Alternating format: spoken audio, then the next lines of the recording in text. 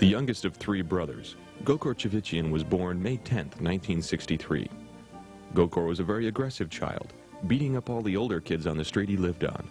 After seeing the boy fighting in the streets of Yerevan, a student that didn't right from Gokor's first day at the school, the head wrestling instructor knew he had a great athlete in the making.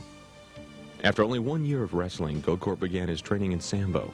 He trained a minimum of 4 to 5 hours a day with larger and more advanced students, often besting them in class.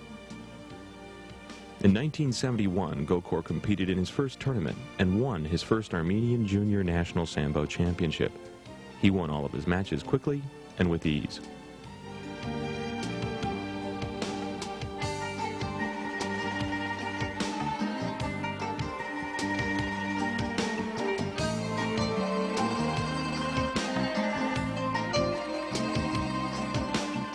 At the age of 9, Gokor fought in his second Junior National Sambo Championship, taking first place in the 10 to 12-year-old division.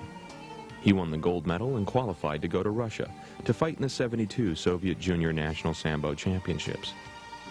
1973 was a big year for Gokor.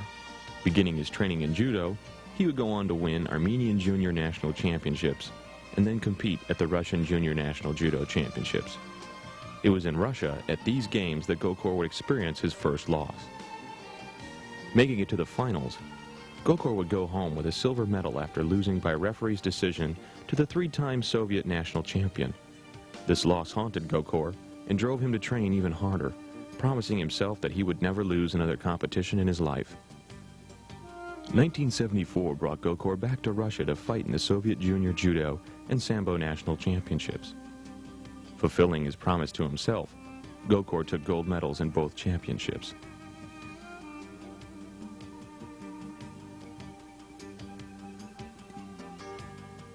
From 1974 through 1979, Gokor continued to compete and win competitions in both judo and sambo, not only in the Soviet Union, but across Europe and at the World Games.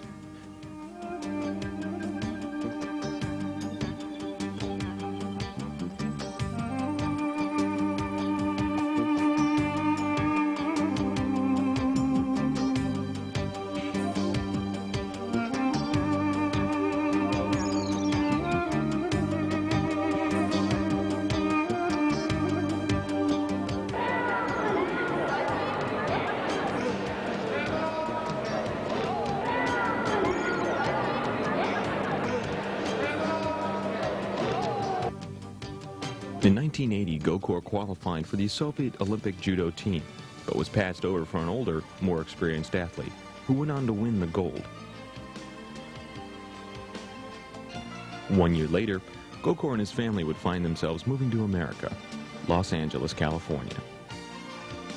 Although greatly disappointed by not making the team, Gokor didn't give up on his dream of competing for Olympic gold. He was rewarded for his perseverance by meeting and training with the legendary judo Gene LeBell.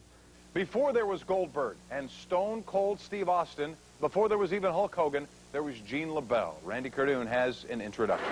In the 50s and 60s, Gene LeBell became a big name in both judo and wrestling. But LeBell was also a showman. He would fight boxers in the ring. Gokor happens to be, in my opinion, and the opinion of many others, the best all-around martial arts teacher in the world.